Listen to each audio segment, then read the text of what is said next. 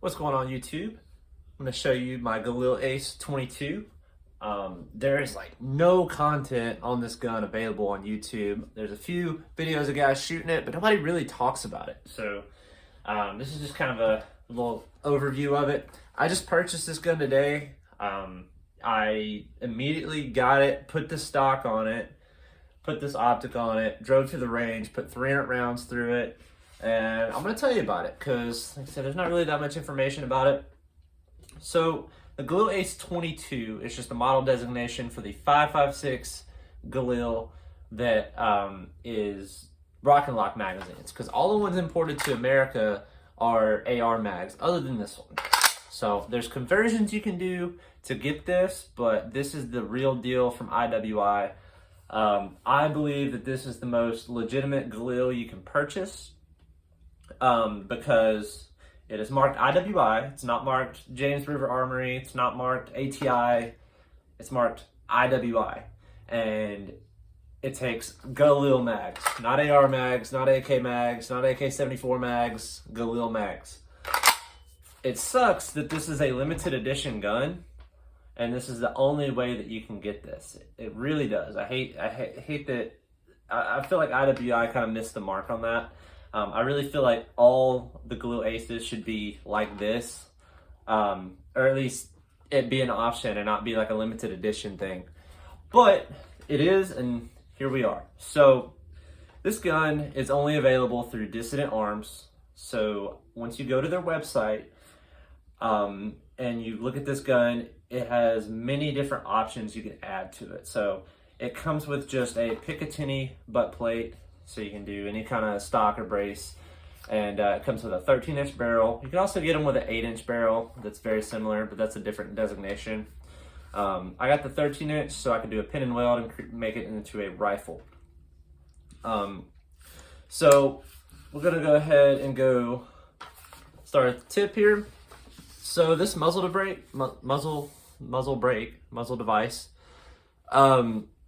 is one of the few ones long enough to turn a 13-inch barrel into a 16-inch rifle with a pin and weld. That's why this is their only option. For this option, I picked the cheapest option that they had for a pin and weld, and that came with an SBA3 brace with like an AR buffer tube.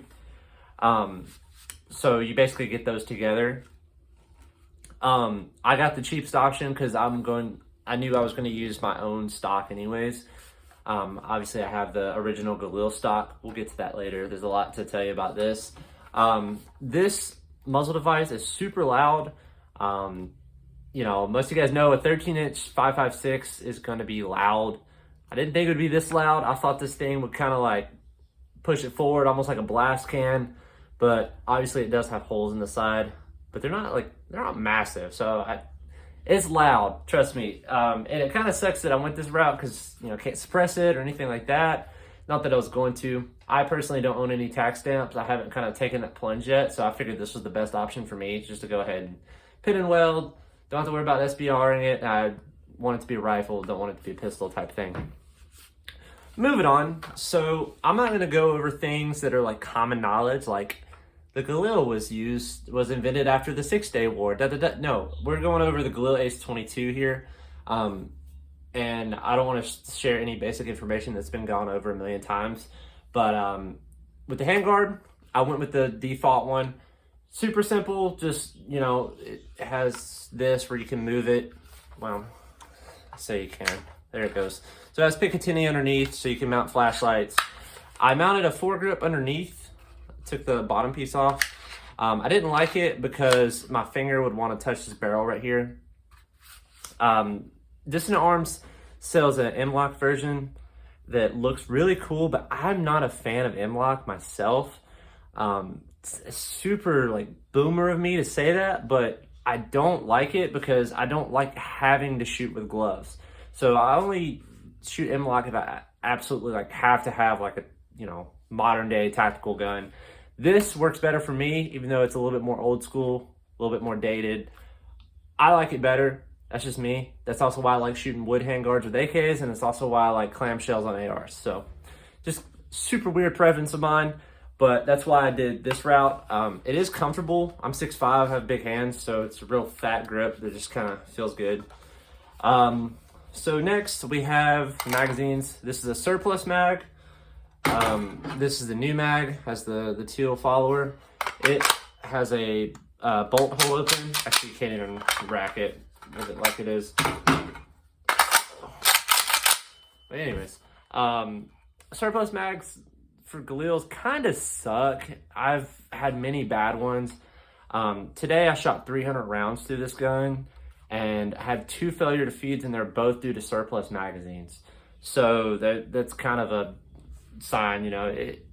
It'd be nice if the magazines were more readily available, but since IWI only makes this limited edition gun in 5.56 Rock and Lock and then a shorter version of this, the magazines aren't super common if you want to get new ones. So these are $40 a piece.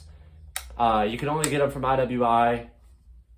And you know, they were $25 from Dissident Arms if you buy a firearm. So I stocked up on 7 or 8 of these. The surplus mags I found for like $15, $20. They've probably gone up, but like I said, it's finicky, man, and it sucks because you have to test fire them. You have to test them a lot to know if you can trust them. But they're out there. So if you want to use cheap surplus mags, go for it. It's a surplus looking gun. Kind of completes the look. But next thing is this expensive option I picked right here. This is the plastic delete kit.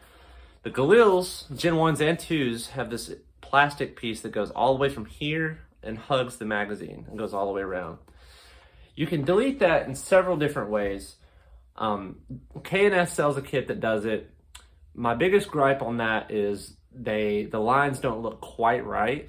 So one of the few ways to get it to look as OG as possible is to buy this firearm and have Dissident Arms do their conversion on it. So this is a real deal surplus, you know, Galil grip, and so is the trigger guard and mag release here. All this is original Galil. That doesn't come on the Aces at all. This is riveted, so as you can see, it took quite a bit of gunsmithing to make that work. And the only way to do that is to send your gun off and have it done. So I had it done as a $375 option to do that, and I really feel like it just sets the gun off and makes it look as original as possible. It almost kind of looks OG from the back, and then once you get up further, it's like modern.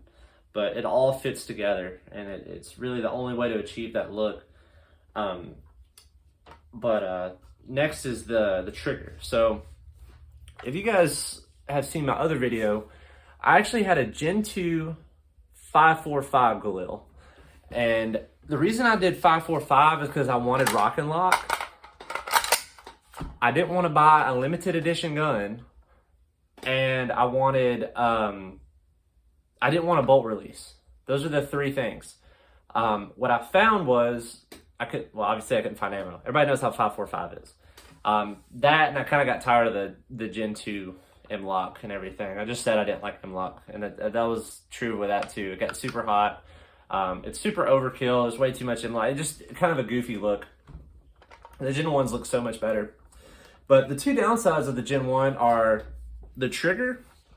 The trigger has a little bit longer throw. They upgraded it with the Gen 2. And the safety has a longer throw. So it's like twice as long as the Gen 2.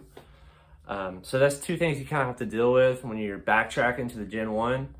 But if you start out with the Gen 1, it really doesn't matter. So another thing with the Gen 1 is you get iron sights. So the fronts seem fine. The rear sight is moving. It's loose. Probably can't even see that. I haven't Googled on why it's doing that. Maybe I gotta replace the sight. Maybe I can shim it. We'll see. Just out of the box impressions. I haven't used the iron sights because I put the red dot on right away. It does have 2 peep holes right here. I set it in so the original Galils had a middle setting. This doesn't. It doesn't actually have a detent for it, but I set it there so I can see my red dot easier. Kind of moves the peephole out of the way. But just something to know. Like, mine is loose. I don't know if that's a common problem. It sucks if it is, because I did want to run this thing with iron sights. But there you go. That's what I've seen. Lastly, we're going to talk about the stock. So this is an original Galil stock. Dissident Arms currently does not have an option to do this. I bought this separately from Apex Parts, or whatever their website's called, Apex. It came in a really beat up condition. I took it to get Cerakoted. So all in, I'm in the stock like $120, which is really not bad. This portion is the standard knuckle that comes with the Galil. It doesn't come with this one unless you add the pin and weld. But if you get a standard rifle or a standard pistol, it will come with this. And it basically, it's a pain in the ass to install the stock on it. But if you have a vise, it's pretty easy. But if you don't, it's such a pain. I won't go into how to do that because there's other videos that can explain it better. But once you do that, you know, you have the standard folding mechanism. You know, it's not a different brand. It's IWI, and it's as IWI as you can get. So I love that. One thing I will say is this came with a SBA 3 brace, and I actually took this folding mechanism off of my Gen 2. That way I could go ahead and press the stock on. Not press it on, but I have to, you know, vise the pin out and put the stock onto this mechanism. So I went ahead and did that because that's the hard part. The easy part is swapping the mechanism onto the rifle because there's just one pin right here. So what I'm getting at is I took the SBA 3 brace off from the mechanism, took this out. It was siliconed, so all the way under here you can still see remnants of silicone. Dissident Arms siliconed it to keep it from wobbling because the rear of the receiver is a little bit too big for it, so there's some wobble there. So what I think I'm gonna have to do is get some gasket maker from like AutoZone or something, or I could also just shim it with something just to tighten it up a little bit. So that's kind of where I'm at on that, and that's kind of what you can expect when you purchase one of these. The silicone that they had, I do not see that holding up at all. It's actually really janky to pull this out and just see a big glob of silicone on it. But I got that out, and yeah, we'll see what happens. The only other thing is, with this stock being Cerakoted, there's a bunch of extra material right here, and it is making this thing impossible to fold. Like, I'm gonna have to, like, I folded it before. You can see where it's starting to wear in right there, but I need to get in here and polish it to smooth that out to get this to stop catching so much, because it's ridiculously hard to fold. Should not be that hard. All right, almost done. There's one more thing I forgot about. So with an AK, you cannot charge it with it on safe, right? That's how the Galil is too. One weird thing I figured out while shooting is you can actually drop the bolt while it's on safe, which is really weird to me. It makes sense mechanically, but while I'm out there shooting, it's like, what just happened? So let's go ahead and lock the bolt back, put it on safe, okay? So now I'm getting ready to start the drill. So reload, fresh mag. All right, pull up. I'm gonna drop the bolt and fire, right? So bolt drops, ready to go. Well, shit, I'm on safety. In my mind, I'm like, okay, there's no way I could have just dropped the bolt and the gun be on safe, but it is. So that messed me up several times today. And that's just something I kind of wanted to point out to you guys, that you could do that, and to just be aware. All right, fellas, that's pretty much it. Here's just an overview of it. If you guys have any questions, don't hesitate to let me know. So there's like no content on this gun available other than just a few videos of people shooting it. Nobody really deep dives it. So I'm a small channel, obviously. I will answer whatever questions you guys have about it. So if you have any questions whatsoever about this gun, drop a comment below and I will definitely get back to you. Thank you.